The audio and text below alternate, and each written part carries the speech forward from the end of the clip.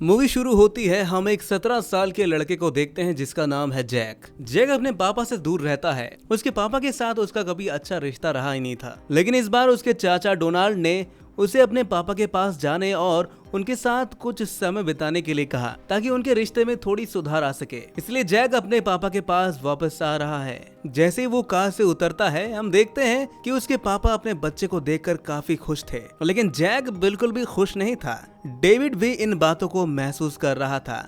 घर के अंदर आने के बाद जब डेविड बार बार जैक को बेटा कहकर बुलाता है तो जैक कहता है कि प्लीज मुझे बेटा मत बुलाइए आप, और फिर वो अपने कमरे में चला जाता है और फिर सिगरेट पीने लगता है। तभी वो खिड़की से देखता है कि नीचे एक लड़की है जिसके हाथ में बहुत सारे कपड़े हैं। जब वो कपड़े सुखाने जा रही थी तो जैक भी नीचे आता है और उसे देखने लगता है।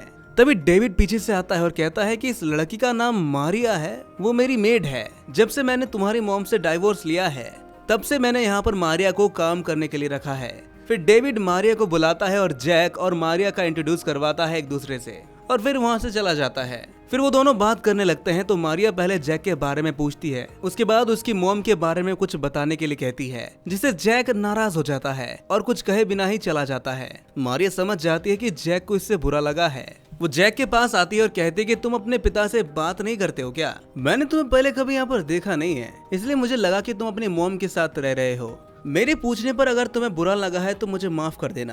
तभी जैक कहता है कि मेरे पापा ने कभी आपको मेरी मॉम के बारे में बताया नहीं, इसलिए मैं अपने पापा से नफरत करता हूँ। ये कहने के बाद वो अपना कैमरा उठाता है और चल देता है। बाहर आकर वो घूम रहा होता है और तस्वीरें ले रहा होता है कि तभी एक लड़की की नजर जैक पर पड़ती है। उसे देखकर ऐसा लगता है कि जैक उसे पसंद आ गया है, पर जैक उस लड़की को मुड़कर भी नहीं देखता और यूं ही चला जाता है और वो लड़की वहां से चली जाती है। अब शाम ढलने लगती है और जैक घर लौट आता है तो मारिया उसे बताती है कि मेरा काम खत्म हो गया है, अब मैं जा रही हूँ। जैक थोड़ा शर्मिंदा होता है और उससे कहता है कि मुझे माफ कर देना आज के लिए।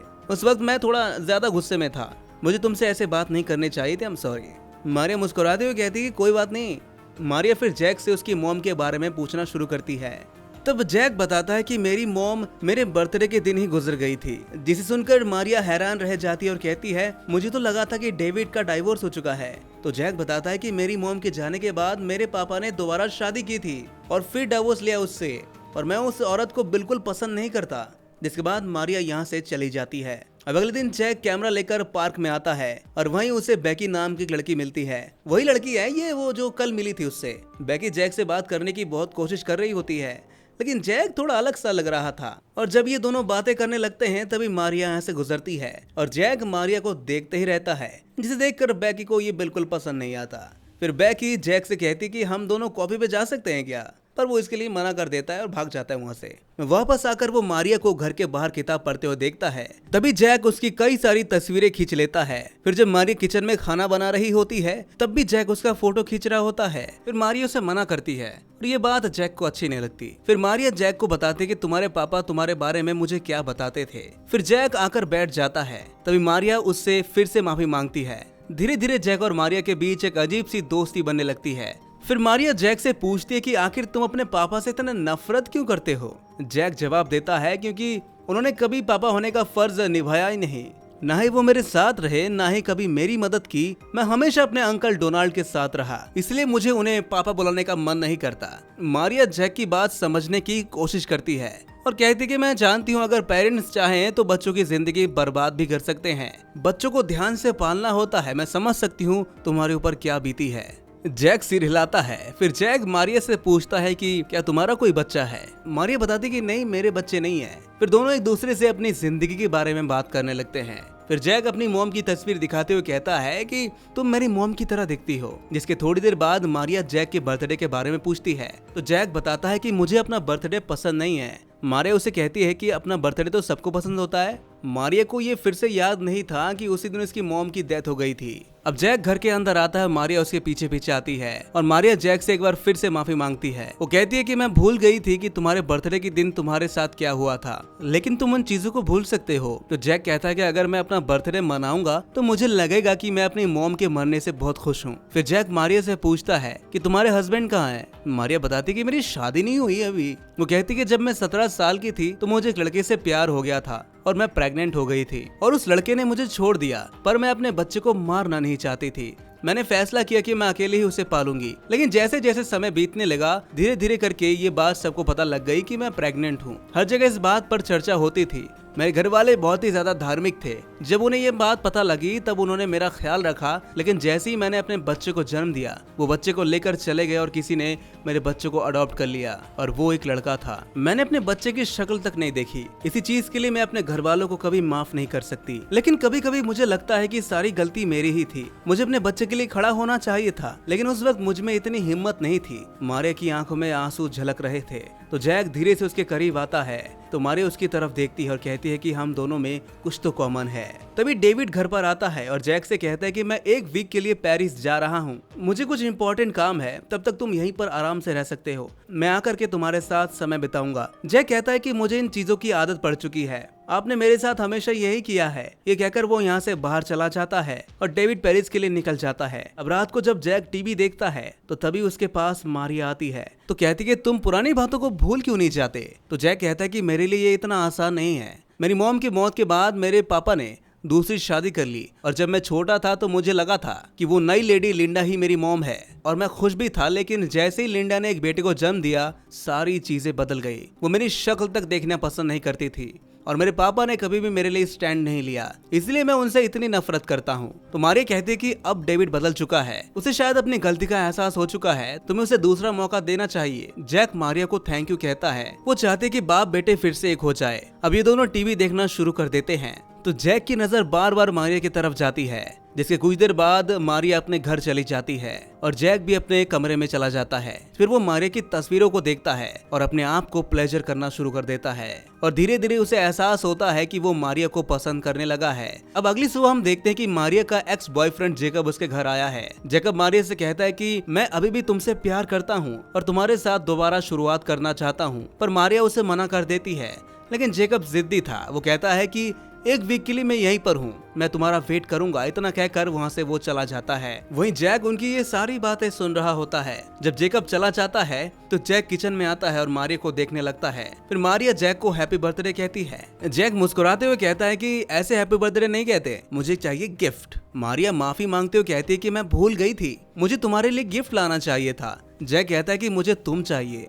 मारिया ये सुनकर हैरान रह जाती है, लेकिन वो ऐसे दिखाती है जैसे कि वो मजाक था। फिर जैक धीरे धीरे उसके करीब आता है और कहता है कि हम दोनों में कुछ तो कॉमन है, हम एक दूसरे के लिए बने हैं। मारिया उससे कहती है कि तुम गलत सोच रहे हो, मैं तो सिर्फ तुम्हें दोस्त मानती हूँ, मैं तुम्हें कंफर्टेबल फील करवाना चाहती थी, इसके अलावा कुछ नहीं है। और जैक कहता है कि मैंने तुम्हें और जेकब को बात करते हुए सुना है, शायद तुम अभी भी जेकब से प्यार करती होगी। मारिया जवाब देती है कि नहीं, ऐसा कुछ नहीं है। तो जैक कहता है कि फिर क्या प्रॉब्लम है, मैं तुमसे प्यार करता हूँ और तुम्हारे साथ रहना चाहता हूँ।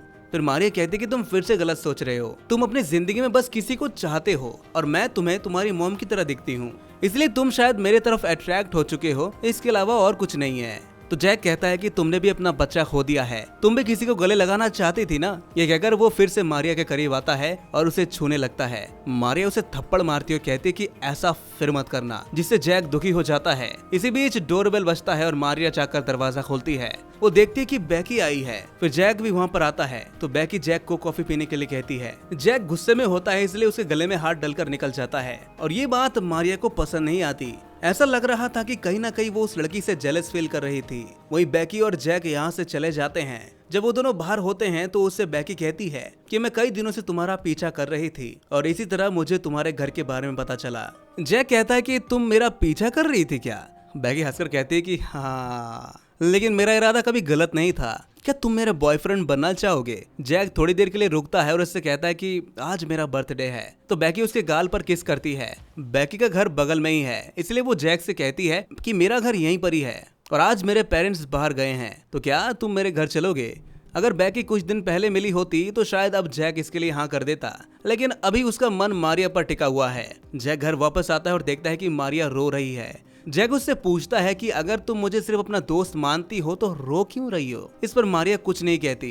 तो जैक फिर से उसके करीब आता है और कहता है कि मैं तुम्हें चाहता हूँ, पर मारिया फिर से मना कर देती है। लेकिन ये लकड़बग्गा मानता नहीं।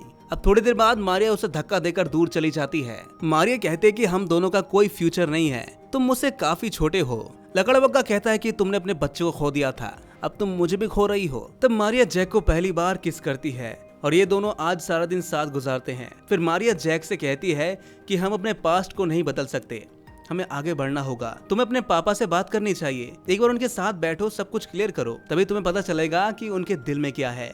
लकड़बग्गा हंसते हुए मारिया से कहता है कि जब वो आएंगे मैं उनसे बात कर लूंगा, जिससे मारिया खुश होती है और फिर खाना बनाने के लिए किचन में चली जाती है। तब जैक उसके करीब आता है और ये दोनों वहीं पर इंटीमेट होना शुरू कर देते हैं। तभी डेविड घर आता है और सबसे पहले जैक को बर्थडे विश करता है और साथ में उसे गिफ्ट भी देता है। जैक पहले मारिया की तरफ देखता है, फिर गिफ्ट लेता है। फिर डेविड कहता है कि मैं चाहता हूँ कि आज दोनों बाहर डिनर पर चलें, बहुत मजा आने वाला बेटा। डेविड मारिया से भी पूछता है कि मारिया तुम भी चल सकती हो हमारे साथ, लेकिन मारिया इसके लिए मना कर देती है क्योंकि वो चाहती है कि लकड़बग्गा और उसके पापा एक दूसरे के साथ समय बिताएं। लेकिन जैक भी इसके लिए मना कर देता है। फिर भी डेविड उसे बार बार मनाता रहता है और कहता है कि बर्थडे के दिन तुम्हें घर पर नहीं रहना चाहिए बेटा, तुम्हें बाहर जाना चाहिए, थोड़े समय बिताना चाहिए। लेकिन जैक उसके पापा के ऊपर चिल्ला पड़ता है और अपने कमरे में चला जाता है। तब मारिया डेविड से कहती है कि मैं उससे बात करती हूँ, वो आपके साथ जरूर जाएगा। जिसके बाद मारिया जैक को मनाने के लिए आती है और कहती है कि तुमने मुझे प्रॉमिस किया था कि तुम उनसे बात करोगे और जो कुछ भी हुआ है उसे भूल जाओगे। हम पास्ट को कभी नहीं बदल सकते, अगर तुम उनसे सही से बात करोगे तभी फ्यूचर ठीक होगा। ये सारी बातें बताते वक्त वो बार बार जैक को किस करती है। फिर जैक को कहती है कि अगर तुम अपने पापा के साथ बाहर गए तो कल पूरा दिन मैं तुम्हारे साथ बिताऊंगी, सिर्फ हम दोनों ही होंगे, हमारे बीच कोई नहीं होगा। मारिया जैक को मनाने की बहुत कोशिश करती है लेकिन वो मानता नहीं। आखिरकार एंड में जैक मारिया की बात मान लेता है, लेकिन उसके दिल में बहुत ही गुस्सा होता है। अब रात के खाने पर जैक डेविड से पूछता है कि आपने कभी मेरी परवाह क्यों नहीं की? शायद आप मेरी मॉम से प्यार नहीं करते थे, इसलिए उनके मरने के बाद आपने तुरंत शादी कर ली। डेविड जवाब देता है मैंने तुम्हारे लिए शादी की, लेकिन शायद मैं एक अच्छा पिता नहीं बन पाया। फिर जैक कहता है कि आप हमेशा मेरे सौतेले भाई को ज्यादा प्यार करते थे। डेविड जवाब देता है तुम गलत सोच रहे हो बेटा, तुम दोनों मेरे लिए बराबर हो। जैक कहता है कि आपको लगता है कि मेरी मॉम की मौत मेरी वजह से हुई है, इसलिए आप मुझसे नाराज रहते थे। ये सुनकर डेविड इमोशनल हो जाता है और कहता है कि तुम मेरे बच्चे हो, मैं तुमसे कभी नफरत नहीं कर सकता, मैं हमेशा तुम्हारे साथ हूँ, तुम्हें जब भी जरूरत हो बस एक बार बताना। अब लकड़बग्गा यहाँ पर कहता है कि बहुत देर हो चुकी है, मुझे आपकी जरूरत नहीं है अभी, और अपने पापा को गुड नाइट कहकर यहाँ से जाने लगता है और सो जाता है। सुबह जब जैक उठता है तो वो देखता है कि उसके ऊपर एक कंबल है, जिसे देखकर उसे समझ में आ जाता है कि उसके पापा ने ही उसके ऊपर कंबल रखी होगी। अब जैक मारिया से मिलने के लिए बेताब होता है और उसका बाहर ही वेट करता है, जिसके कुछ देर बाद ही मारिया यहाँ आती है। जैक उसे डेविड से हुई बातचीत के बारे में बताता है, जिससे मारिया खुश होती है और फिर दोनों पार्क में जाते हैं और घंटों बातें करते हैं। फिर मारिया जैक को अपने घर ले जाती है। जब दोनों करीब आने लगते हैं तो मारिया रोने लगती है और उसे बताती कि मैंने अपने बच्चे को ढूंढ लिया है, लेकिन वो एक एक्सीडेंट में मारा गया है। जैक उसे संभालता है और कहता है कि तुमने ही कहा था कि हम पुरानी बातों को भूलकर नई शुरुआत करेंगे। अब ये दोनों फिर से इंटीमेट होने लगते हैं। इंटीमेट होने के बाद ये दोनों एक दूसरे से अपने प्यार का इजहार करते हैं और फिर से इंटीमेट होते हैं। समय ऐसे ही बीतने लगता है, जिसके बाद जैक अपने घर आता है और डेविड से बात करता है। डेविड जैक से माफी मांगता है और कहता है कि मैं सब बदलना चाहता हूँ। अब हम देखते हैं कि जैक के जाने का दिन आ चुका है और जाने से पहले वो एक आखिरी बार मारिया से मिलता है। जाने से पहले वो मारिया से कहता है कि मैं तुम्हें कभी नहीं भूलूंगा। मारिया भी उससे कहती है कि मैं भी तुम्हें याद करूंगी। अब इसके बाद गाड़ी में बैठने से पहले डेविड जैक से गले मिलता है और जैक भी उसे गले लगा लेता है और अब सालों की दूरियां मिट जाती है और जैक अपने पापा को माफ कर देता है। वही मारिया इन दोनों को देखकर बहुत ही खुश होती है। अब हम देखते हैं कि मारिया बहुत ही खुश थी क्योंकि वो प्रेग्नेंट है और वो जैक का बच्चा है। मारिया की जिंदगी अब पूरी हो जाती है और इसी तरह ये लकड़बग्गा मूवी यहीं पर खत्म हो जाती है। इस मूवी का ना आओ था ना पाओ, कुछ समझ में नहीं आया, आपको आया होगा तो बताइएगा कमेंट में। साथ ही सब्सक्राइब करना ना भूलिएगा। मिलते हैं नेक्स्ट वीडियो में, तब तक के लिए आप अपना ख्याल रखें।